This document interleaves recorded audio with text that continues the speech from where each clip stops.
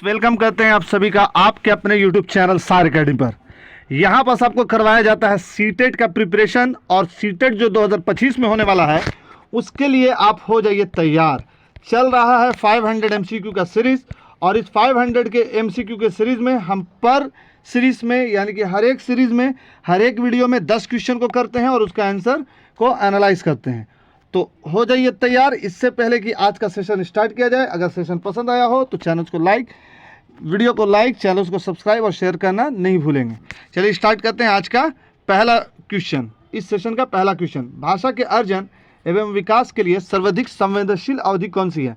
भाषण के अर्जन और विकास, भाषण के एक्विजिशन एंड डेवलपमेंट के लिए सबसे ज़्यादा सेंसिटिव पीरियड कौन सा है? तो जन्म से पूर्व बच्चा का भाषण अर्जन होता तो है लेकिन सेंसिटिव पीरियड नहीं है, बल्कि बच्चा जन्म से पूर्व सीखेगा कहाँ, यानी कि भाषा अर्जित होगा कैसे?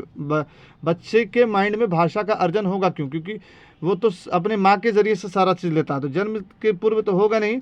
प्रारंभिक बाल अवस्था, मध्य बाल अवस्था या किशोर अवस्था? किशोर अवस्था में बच्चा बोलना सीख जाता है और कम से कम 7-8 भाषा का ज्ञानी हो जाता है बच्चा। एक रीजनल लैंग्वेज, अगर किशोर अवस्था की बात की जाए तो थोड़ा बहुत इंग्लिश भी बोलता है, रीजनल लैंग्वेज बोलता है और सुनी हुई बोली भी बोलता है। तो किशोर अवस्था भी तो नहीं होगा। मध्य बाल अवस्था क्या होता है? मध्य बाल अवस्था जो होता है वो 7 साल से बाद का होता है, 13 साल से पहले का होता है। तो ये मध्य बाल अवस्था भी नहीं होगा क्योंकि इस समय भी बच्चा बहुत कुछ बोलना सीख जाता है। तो भाषा अर्जन एवं विकास के लिए सबसे ज़्यादा सेंसिटिव पीरियड जो है वो कौन सा है? प्रारंभिक बाल अवस्था है। कौन सा है? प्रारंभिक बाल अवस्था। पहला का आंसर हो जाएगा सेकंड। क्या हो जाएगा? सेकंड। चलिए सेकंड का आंसर, निम्नलिखित में से कौन सी लॉरेंस कोलबर्ग के द्वारा प्रस्तावित नैतिक विकास की अवस्था है? लॉरेंस कोलबर्ग ने नैतिक विकास का सिद्धांत दिया था। लॉरेंस कोलबर्ग ने कौन सा सिद्धांत दिया था? नैतिक विकास का सिद्धांत किसने दिया था? लॉरेंस कोलबर्ग ने नैतिक विकास का सिद्धांत दिया था। तो इनमें से कौन सा प्रस्तावित नैतिक विकास की एक अवस्था है? कहीं दे देगा एक अवस्था नहीं है और कहीं दे देगा है। तो इसमें से 3 ठो नहीं होगा और 1 ठो होगा। प्रसिप्ति अवस्था, सामाजिक अनुबंध अभिविन्यास, मूल संक्रियात्मक अवस्था या उद्योग बनाम अधीनता अवस्था। देखिए आप इसका आंसर लगाइए। फर्स्ट होगा, सेकंड होगा, थर्ड होगा या फोर्थ होगा? फर्स्ट, सेकंड, थर्ड या फोर्थ? चलिए बोलिए। चलिए काटना स्टार्ट करते हैं। प्रसिप्ति अवस्था होगा नहीं। मूल संक्रियात्मक और पूर्व संक्रियात्मक, अमूल संक्रियात्मक ये सब जिन प्याजे की बात है तो यहाँ पास होगा नहीं। उद्योग बनाम अधीनता तो बिल्कुल ये कोलबर्ग ने नहीं कहा है तो ये होगा नहीं। तो कौन बच गया? सेकंड बच गया। तो यहाँ पर आंसर क्या हो जाएगा? सेकंड हो जाएगा। आंसर क्या हो जाएगा? सेकंड आंसर हो जाएगा। थर्ड, कक्षा में परिचर्चा के दौरान एक शिक्षक प्रायः लड़कियों की तुलना में लड़कों पर अधिक ध्यान देता है, या किसका उदाहरण? देखिए अब हमको अपना स्कूल लाइफ याद आ गया। एक टीचर थे, नाम तो नहीं बताएंगे, वो क्या करते थे कि लड़कों को खूब कूट देते थे। हम लोग को जब पढ़ाते थे, एक टीचर थे स्कूल में, लड़का को खूब कूटते थे, छड़ी से भी कूटते थे और गधा बैल भी बोलते थे। और लड़की को अच्छा होमवर्क नहीं बनाई है, और चलो कोई बात नहीं है, कल बना के ले आना।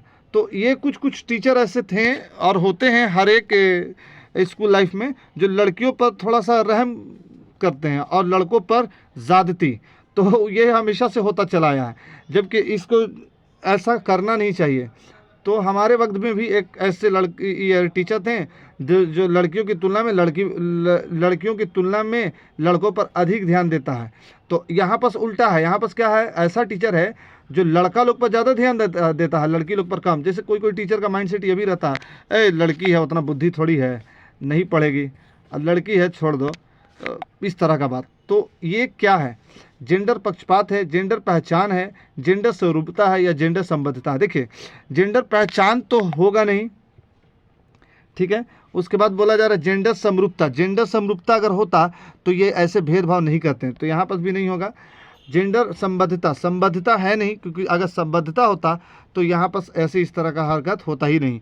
तो जेंडर पक्षपात है, जेंडर बाइसनेस है। तो यहाँ पर जो टीचर है, जो शिक्षक है, वो लड़कों पर ज़्यादा ध्यान दे करके जेंडर बाइसनेस कर रहा है। अगर लड़कियों पर भी ज़्यादा ध्यान देगा तो जेंडर बाइसनेस होगा। यानी कि जेंडर बाइसनेस तब नहीं होगा जब आप दोनों को बराबर मानेंगे, यानी कि आप लोग को दोनों को बराबर मानना है। इस तरह का सीडीपी में एक अप्रोच है कि आपको जेंडर बाइसनेस या जेंडर रूढ़िवादिता पर बल नहीं देना, दोनों को बराबर मानना है। तो इसलिए वहाँ पर जेंडर पक्षपात आंसर हो जाएगा। फोर्थ का आंसर, बच्चों में जेंडर रूढ़िवादिता एवं जेंडर भूमिका अनुरूपता को कम करने के लिए निम्नलिखित में से कौन सी पद्धति प्रभावशाली है? जेंडर पक्षपात के बारे में परिचर्चा, जेंडर विशिष्ट भूमिकाओं को महत्व देना, जेंडर पृथक खेल समूह बनाना, जेंडर पृथक बैठने की व्यवस्था करना। चलिए आंसर बताइए इसका क्या होगा, फोर्थ का क्या होगा आंसर बताइए। देखिए को एजुकेशन का आप नाम सुने, को एजुकेशन, कमेंट में बताइए तो को एजुकेशन क्या होता है, बताइए जल्दी, जिसको पता है को एजुकेशन बताइए, को एजुकेशन बताइए।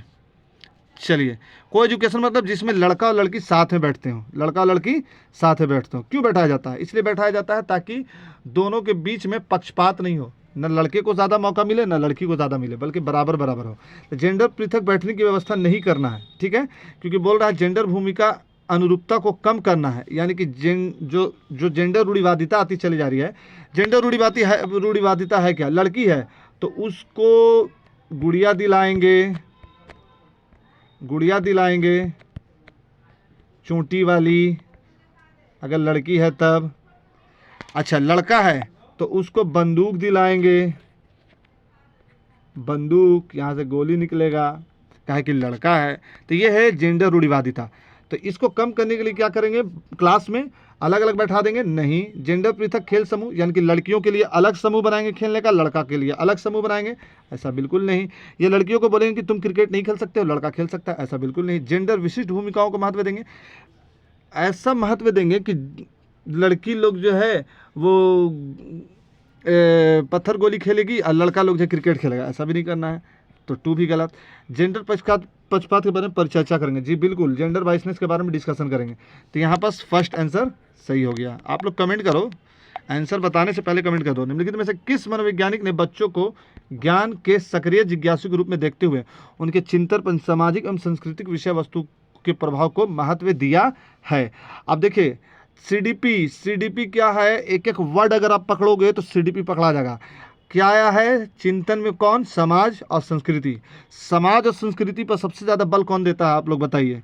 समाज जहाँ आएगा और संस्कृति जहाँ आएगा वहाँ किस मनोवैज्ञानिक का नाम लेना है? इससे पहले भी हम बता चुके हैं।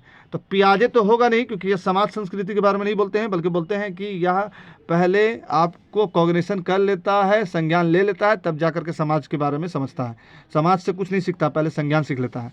होगा नहीं। जॉन बी वॉटसन कुछ होगा नहीं। लॉरेंस कोलबर्ग तो नैतिक के बारे में दिए हैं, तो यहाँ होगा नहीं। इससे पहले भी लॉरेंस कोलबर्ग के बारे में बता दिए कि नैतिकता सिद्धांत दिया, तो यह होगा नहीं। लेव वैगोत्स्की होगा। समाज और संस्कृति जहाँ रहेगा वहाँ लेव वैगोत्स्की।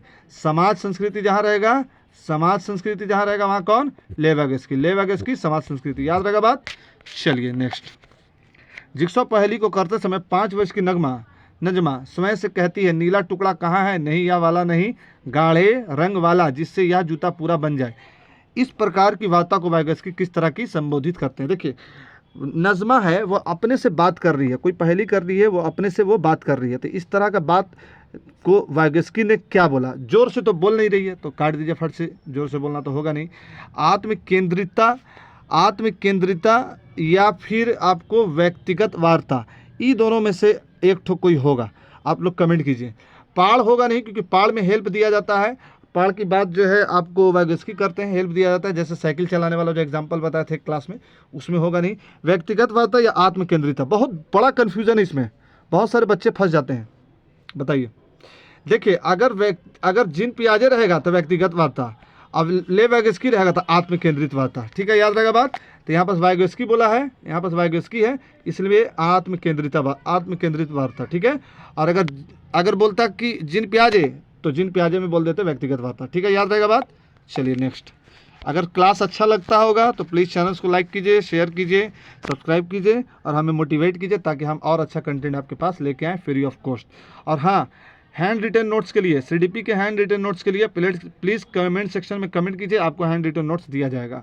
बच्चों को संकेत देना तथा आवश्यकता पड़ने पर सहयोग प्रदान करना निम्नलिखित में से किसका उदाहरण है?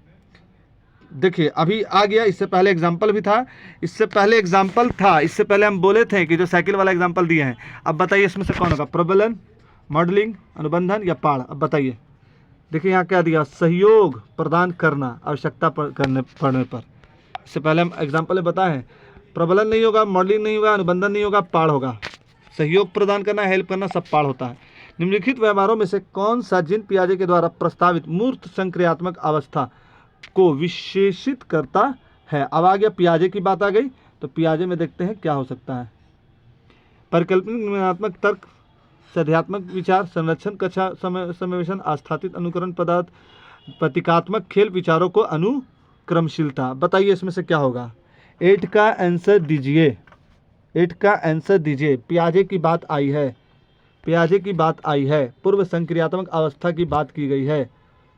चलिए, पूर्व संक्रियात्मक अवस्था में पियाजे की बात आई है। 8वां का आंसर हो जाएगा सेकंड, संरक्षण।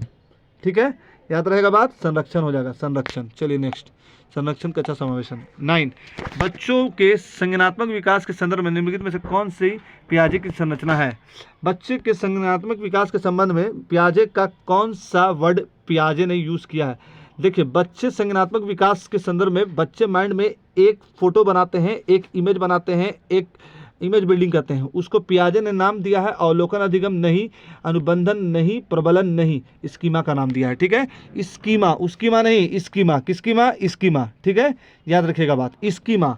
पियाजे बोलते हैं स्कीमा के बारे में। ठीक है, संज्ञानात्मक विकास के संदर्भ में पियाजे ने स्कीमा की बात की है। 10वां, आकलन का प्राथमिक उद्देश्य क्या होना चाहिए। आकलन यानी कि आप एग्जामिन कर रहे हैं तो सबसे पहला प्राइमरी मोटिव आपका क्या होना चाहिए। विद्यार्थी के लिए श्रेणी निश्चित करना नहीं, फर्स्ट सेकंड थर्ड कैटेगरी में बांटना नहीं, संबंधित अवधारणाओं के बारे में बच्चों को स्पष्टता तथा भ्रांति को समझना। हो सकता है कि ये होगा सेकंड वाला, ऐसे थर्ड और फोर्थ पढ़ते हैं। विद्यार्थियों के प्राप्त अंकों के आधार पर उनको नामांकित करना बिल्कुल नहीं, फर्स्ट और थर्ड कट गया। बंटवारा, नामांकित, अलग अलग कैटेगरी में रखना, ये सब नहीं होगा। रिपोर्ट कार्ड में नहीं, रिपोर्ट कार्ड में उत्तीर्ण अनुत्तीर्ण भी नहीं देना है, जब बल्कि अब तो ग्रेडिंग चलता है। तो आपका सेकंड आंसर ज़्यादा स्ट्रॉन्ग है, सेकंड आंसर होगा। ठीक है, हम लोग इसलिए ही आकलन करते हैं ताकि बच्चे के अंदर क्या क्या कमी है उसको देख पाएँ।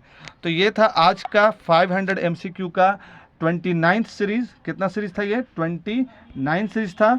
और प्लीज़, बहुत मेहनत लगता है कंटेंट लाने में, बहुत मेहनत लगता है बोलने में, बहुत ज़्यादा मेहनत लगता है आप लोग के जुड़ने में। और आप सभी जानते हैं कि जॉब में भी हैं तो उसमें भी बहुत सारा डिस्टर्बेंस आता है। तो अगर आप मोटिवेट करोगे तो हम लगे रहेंगे, सीटेट में लगे रहेंगे, आप लोगों को बहुत ज़्यादा सपोर्ट करेंगे। और ऐसे यूट्यूब जो है प्रमोट नहीं करता है नए चैनल को, तो कौन प्रमोट करेगा, आप लोग प्रमोट करोगे। और हमको पूरा भरोसा है कि आप लोग हमें यूट्यूब पर कंप्लीट सपोर्ट करोगे। तो प्लीज़ सपोर्ट कीजिए, प्लीज़ सपोर्ट कीजिए। और जितना ज़्यादा व्यू जाएगा और मोटिवेशन मिलेगा और अच्छा कंटेंट दिया जाएगा। EVS का भी MCQ सीरीज़ स्टार्ट होने जा रहा है, कम से कम 300 का वो भी MCQ सीरीज़ रहेगा। तो प्लीज़ आप हमें सपोर्ट कीजिए, हम आपके साथ जुड़े रहेंगे। और नेक्स्ट टाइम से वीडियो में 30-30 क्वेश्चन का वीडियो आएगा, तो इसलिए प्लीज़ आप हमें सपोर्ट कीजिए। ठीक है, फिर मिलेंगे अगले किसी वीडियो में। और जब तक के लिए thanks for watching this video. Please like, share and subscribe this channel. Thanks for watching, visit again.